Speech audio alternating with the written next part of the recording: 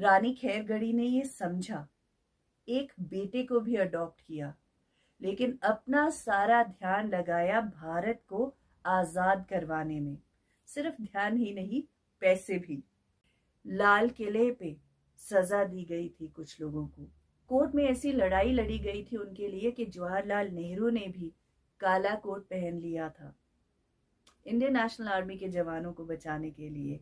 माँ बाप का एक बहुत बड़ा रोल रहता है अपने बच्चे की परवरिश में। उस परवरिश को समझा है तो मुझे ये किताब ना बहुत ही ग्रैटिट्यूड देने वाली लगी।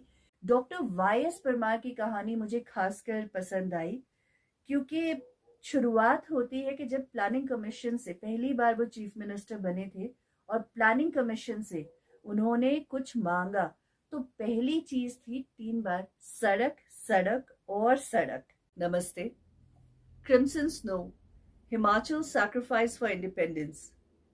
बहुत समय से ऐसी तमन्ना थी कि हिमाचल की हिस्ट्री या हिल्स की अनडिवाइडेड हिमाचल जो उस वक्त था, उसकी फ्रीडम स्ट्रगल के बारे में किताब पढूं। किताबें हैं, काफी हैं, लेकिन फिर वही बात है कि कहा जाता है कि हिस्ट्री पढ़ के ना मुझे नींद आती है। वो बोरिंग नहीं है। जो पहले की किताबें हैं वो हिस्ट्री की किताबें हैं, लेकिन अब स्टोरी टेलर का तो ये काम है ना कि जब वो हिस्ट्री को भी लिखे तो ऐसे खास अंदाज से लिखे कि पढ़ने वाले के दिमाग में रह जाए। अब उसमें अगर डेट ऑफ बर्थ पहले लिखी है या नाम ही पहले आना चाहिए, क्रिएटिविटी ये चीजें फॉलो नहीं करती, और शायद वही किसी कहानी की खूबसूरती है। सस्पेंस जिसे कहते हैं कि मैंने सब आपको सुना दिया और आखिर में बताया कि मेरा नाम शालिनी है। वैसे ही जब मैं इस किताब की काफी सारी कहानियों को पढ़ती हूँ तो वो शुरू होती है उस इंसान की, चाहे ज्ञानचंद टूटू है या भाई हिरदा राम है, सरला देवी है, रानी खैरगढ़ी कौन है, किताब पढ़िएगा तो जानेंगे, आर्या फैमिली की पूरी कहानी। तो वो किताब में कहानियां उनकी इस तरह शुरू नहीं होती कि यहाँ पे वो जन्मे, इस तिथि पे उनका जन्म हुआ, माता पिता का नाम ये था। उनका थॉट प्रोसेस क्या था, इंडिया की फ्रीडम स्ट्रगल में उनके जुड़ने का मकसद क्या था, वहां से शुरू हो रही है। किसी की कहानी शुरू हो रही है कि उनकी बचपन किस तरीके से था, बड़ा किस तरीके से किया गया, उन्हें क्या कहानियां सुनाई गई। माँ बाप का एक बहुत बड़ा रोल रहता है अपने बच्चे की परवरिश में। उस परवरिश को समझा है तो मुझे ये किताब ना बहुत ही ग्रैटिट्यूड देने वाली लगी, क्योंकि जो फ्रीडम फाइटर्स हैं उनके बारे में तो बातें लिखी ही गई है कि उन्होंने क्या किया, क्या मुश्किलें आई, क्या उनकी हिम्मत थी, कैसे वो ब्रिटिशर्स के सामने अड़े रहे। लेकिन उनके माँ बाप, उनका क्या थॉट प्रोसेस था। अगर हम ज्ञानचंद टूटू की बात करें या पहले और जो 20 फ्रीडम फाइटर्स लिखे हैं उनमें से कई लोगों की बात करें, तो आप देखेंगे कि इन लोगों के परवरिश का जो ट्रेंड रहा है वो एक आम बच्चे का नहीं रहा है। उनके माँ बाप की सोच भी अलग थी। उसी सोच को आगे ले जाकर इस कहानी में पहले पोर्ट्रे किया है बहुत सारी जगहों में। मुझे खास तौर पे ये किताब इसलिए अच्छी लगी क्योंकि इसमें इंडियन नेशनल आर्मी का जिक्र है, धर्मशाला से कांगड़ा से। वो बहुत ही बहादुर लोग, बहादुर से नाम भी रिलेट करता है। जब आप इस किताब को पढ़ेंगे तो पता चलेगा आपको धर्मशाला से कौन थे। इंडियन नेशनल आर्मी को बर्मा की लड़ाई में उन लोगों ने लीड किया था, खास तौर पे उन्हें ऑनर किया गया था उस वक्त। बहुत सारे केसेस चले थे, लाल किले पे सजा दी गई थी कुछ लोगों को। कोर्ट में ऐसी लड़ाई लड़ी गई थी उनके लिए कि जवाहरलाल नेहरू ने भी काला कोट पहन लिया था इंडियन नेशनल आर्मी के जवानों को बचाने के लिए। ये भी पढ़ेंगे और बहुत सारी छोटी छोटी बातें आप जानेंगे इन लोगों के बारे में। Satyanand Stokes, Samuel Ivan Stokes.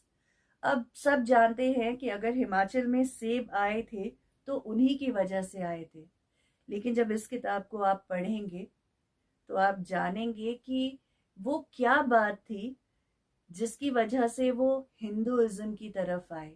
क्यों अपनाया था उन्होंने हिंदुइज्म को। अपने बच्चों के नाम बदले थे, अपनी बीवी का नाम बदला था। आप मंडी की रानी ललिता कुमारी के बारे में जानेंगे, जिन्हें रानी खैरगढ़ी कहा जाता था। बहुत छोटी थी वो जब वो विधवा हो गई थी, बच्चे नहीं थे। ब्रिटिशर्स का वो दौर था, किसी राजा के बच्चा नहीं होना एक गुनाह माना जाता था, पूरी रियासत जा सकती थी। रानी खैरगढ़ी ने ये समझा, एक बेटे को भी अडॉप्ट किया, लेकिन अपना सारा ध्यान लगाया भारत को आजाद करवाने में। सिर्फ ध्यान ही नहीं, पैसे भी। लालचंद पारथी, इनका नाम तो बहुत सारे लोग जानते होंगे। लैंग्वेज और कल्चर डिपार्टमेंट इन्हीं की ही देन है। बहुत सारे लैंग्वेजेस जानते थे ये। गालिब कहा जाता था इन्हें हिमाचल का। भाई हिरदाराम की कहानी शुरू होती है कि जिस दिन इनकी डेथ हुई थी, मृत्यु हुई थी इनकी, उस दिन जैसे शिमला का आसमान भी रो रहा था, हिमाचल का आसमान। पढ़िएगा। ज्ञानचंद टूटू, चौधरी हरिराम, रतन सिंह, बहुत सारे नाम आप लोगों ने सुने नहीं होंगे। मैं इन्हें अनसंग हीरो नहीं कहूंगी, क्योंकि ये वो लोग हैं जिनके परिवार वाले उन्हें हर रोज याद करते हैं। उनके आगे वाली जनरेशन्स उन पे प्राउड फील करती है। हम ही लोग कहीं भूल गए हैं। संत राम गुप्ता जी, बाबा फकीर चंद बप्पा, ये भी कहते थे उन्हें। सत्यदेव बुशहरी, पदम सिंह जी, बाबा कांशी राम, इनके तो बहुत सारे नाम थे, है ना। कौन कौन से वो आप पढ़ के देखिएगा। गौरन देवी, बहुत कम फीमेल फ्रीडम फाइटर्स है, लेकिन इस किताब में आप देखेंगे कि काफी नाम है। दौलत राम सांख्यान जी, इनको तो हम बहुत सारे लोग जानते हैं, है ना, बिलासपुर से। भागमल सोहटा जी, अपर शिमला की शान है, हिमाचल के द लायन ऑफ हिमाचल। मैं खासकर इन्हें लायन ऑफ हिमाचल कहती हूँ। सरला शर्मा, पढ़िए। पंडित पदम देव, अब पंडित पदम देव और पदम सिंह जी, ये दो अलग अलग नाम हैं इस किताब में, दोनों हैं। Doctor Y S. परमार की कहानी मुझे खासकर पसंद आई, क्योंकि शुरुआत होती है कि जब प्लानिंग कमीशन से पहली बार वो चीफ मिनिस्टर बने थे और प्लानिंग कमीशन से उन्होंने कुछ मांगा, तो पहली चीज थी 3 बार सड़क, सड़क और सड़क। सेब हिमाचल में आ चुके थे। अब परमार साहब ये जानते थे कि सड़क की बहुत जरूरत है हिमाचल में। और एक किस्सा है इसमें बड़ा खूबसूरत, कि जब सड़कें बनना शुरू हुई, हिमाचल के पास इतना पैसा नहीं था। ये कहानी सोलन से ही मिस्टर पंत की बताई हुई है, मैं भी जानती हूँ। वो खुद उस वक्त बच्चे थे और इस मौके पे मौजूद थे। परमार साहब सोलन आए, सोलन से राजगढ़ की सड़क बननी थी। पैसे उतने नहीं थे कि सरकार उसे बना पाए। फाउंडेशन स्टोन जिस दिन ले करना था, वो पहुंचे उस मौके पे, खुद से फावड़ा उठाया और वहां पे सबसे कहा कि जितने भी बच्चे हैं, आदमी हैं, औरतें हैं, आपके घर में जो भी कुछ है जमीन खोदने का, आप ले आए, ये सड़क हम खुद बनाएंगे। उन्होंने खुद पहले खोदना शुरू किया और उनके साथ जितने भी लोग वहां मौजूद थे, उन सब ने सड़क बनाने का काम शुरू किया। ये सड़क बहुत आसानी से बन गई। पंचायत से पंचायत इसको काम को ट्रांसफर किया गया। गांव की औरतें खाना लेके आती थी, सब काम मिलजुल के हुआ। इस तरह के लीडर थे हमारे पहले chief minister mister Parmar, doctor Y S. Parmar. तो इस तरह की बहुत सारी कहानियां हैं इसमें।